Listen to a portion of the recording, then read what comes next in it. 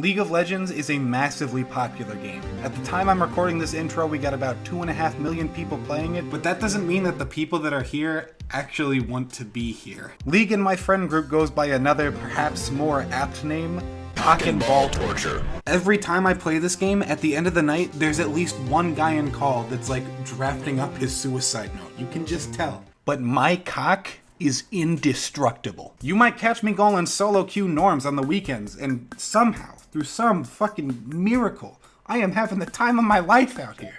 I think I'm the only guy that knows how to do that. Like, that's why I'm here. I'm gonna teach you how to have fun in League of Legends. Like, fucking trademark. Ladies and gentlemen, today we are paying homage to one of League's greatest traditions in off-meta shitposting. This is not some new and spicy build that I came up with on my own. We've been evolving this since the dawn of time. And I wouldn't be here today if it wasn't for my dumb fuck ancestors looking at a character as simple and straightforward as Garen and going, can we just try the Death Cat? Uber Danger built Bloodthirster. Darkmane built Infinity Edge. Dogzu built Duskblade. I found this guy, he built Protobelt. I think that he might be onto something. When you look back at the long and storied history of AD Garen, there's actually a lot of different variations, and they all worked on some level at some point in time. All of this to say that it's been 11 beautiful years, and after all of this time, after all of these meta changes, none of us have learned our lesson. Because when you make it work, it feels so good, you have no idea. This is supposed to be a character for beginners. Why am I allowed to do this? Garen truly is the great equalizer, and I encourage all of my viewers to make the pilgrimage and play him for just one game to remind yourself of the frivolity of your efforts in League of Legends. And yeah, I'm talking to you, fucking Darkblade 13. I promise you, dude, no matter how many hours you're putting into those Z combos, your enemy Garen can probably match your game impact. And he's probably eating a bowl of cereal while he does it.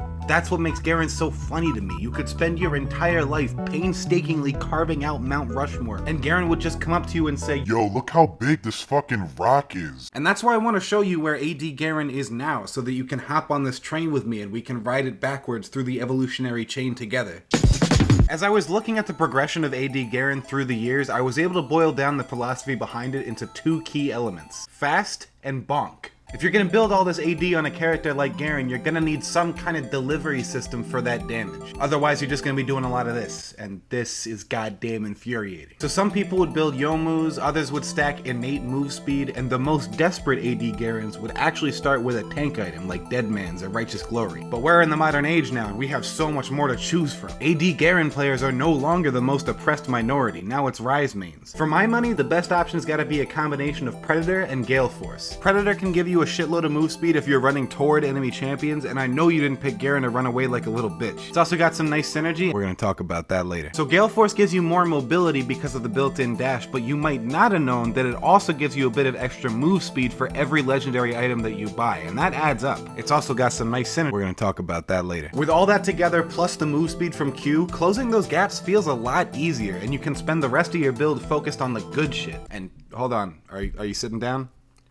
This is the good shit. You get extra gold for kills and a passive that helps you steal those kills real easy. Not to mention we already got a move that is built from the ground up to take kills, and yes, Collector can proc on that move. But we're just getting started. Because remember when I said we would talk about Gale Force synergy later? Well, it's later now. We got even more execute damage from the missiles that fire off of Gale Force's active effect, so altogether that's 3 executes plus coup de grace on your masteries for even more damage on targets with low health. So now if your enemy gets hit with like one Soraka auto, Garen is like, yeah, it's probably low enough. And this is why I choose not to go with Dark Harvest. I already have more execute damage than I could ever need, so Predator just feels like the better option to me. We already talked about the move speed on Predator, but it's also got this really nice passive where if you run far enough under its effect, your next hit on an enemy champion does more damage based on your AD. You might already be putting together that if you activate Predator and Q at the same time, not only do you get to double dip on move speed, but you also get to further empower an already empowered auto attack. But I'm still not done, because we're also buying Storm Razor, which gives you a bunch of extra damage and puts another on-hit effect on your Q auto. And this time it even does magic damage. But let me just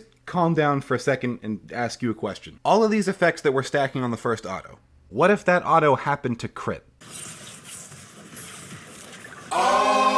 And there is still more. I cannot believe there is more. I intentionally saved the best part for last. You should already be sitting down, so like lay down on the floor, I guess. Garen's spin scales with attack speed and it can crit. This is so fucked up. It's like a goddamn lawnmower. It's insane because all these items that we've been building this whole time have been mainly for like the synergies and active effects, but the spin scaling unlocks so much of the value that we would have missed out on otherwise from the raw stats. So with all that in mind, let's zoom out a bit, right? Looking at the way these concepts all fit together, it forms a really airtight, synergy-heavy game plan, and it's the same game plan that Garen has been following since the Mesozoic era. The only difference is now it all clicks into place to create the funniest 100-0 combo in the entire game. Just hit him with the Q, then Jesus Christ, I didn't even need the ult. If you can pull this shit off, it will tilt the enemy so fucking hard, it's unreal. If you're an ADC playing against this, there is absolutely no reasonable counterplay. You just don't get to interact with the game anymore. If you try to buy a longsword, the shopkeeper cuts you off. Let me put this in perspective. The combo starts with a silence,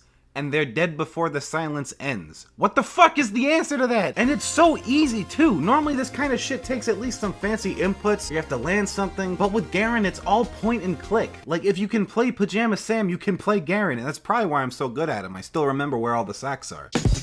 I play Garen in the jungle, if you can possibly believe that, but if you want to lane with him, I'm sure it wouldn't exactly be rocket science. For me, I tend to do a full clear, but sometimes I'll skip camps if the ganks look good. Garen's health regen passive isn't interrupted by monsters, and monsters can't dodge the spin, so his clear speed and clear health are both really, really good. The problem is the ganks. But don't worry, because that's what Predator is for. Once you have it, you can coordinate your ganks around that cooldown. And more often than not, the damage items plus the big hit are enough to catch people by surprise and get some cheesy kills to hold you over before that build starts filling out. Other than that, you just kind of sit around and play like a standard farming jungler. Team fights will start up eventually, you just pick one guy to cyber bully over and over again, and then he quits and you win. This shit really is that simple. Normally I'd have like a tips and tricks section, but literally all you do is dive the ADC and go down swinging. Something tells me you're gonna be able to figure this out.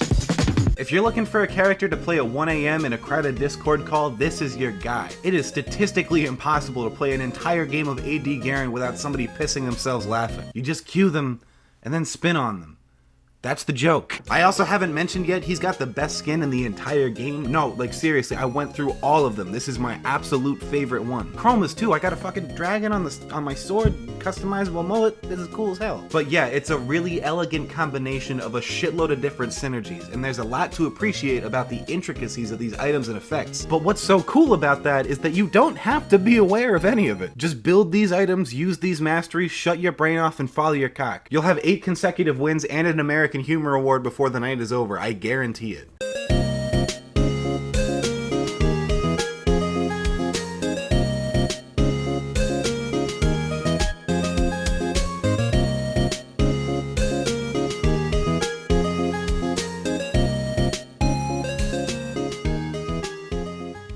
Holy shit, this really ramped up, man. If anyone in the audience has ransom money for the overwhelmed old man, I think I have to call the FBI. Ah!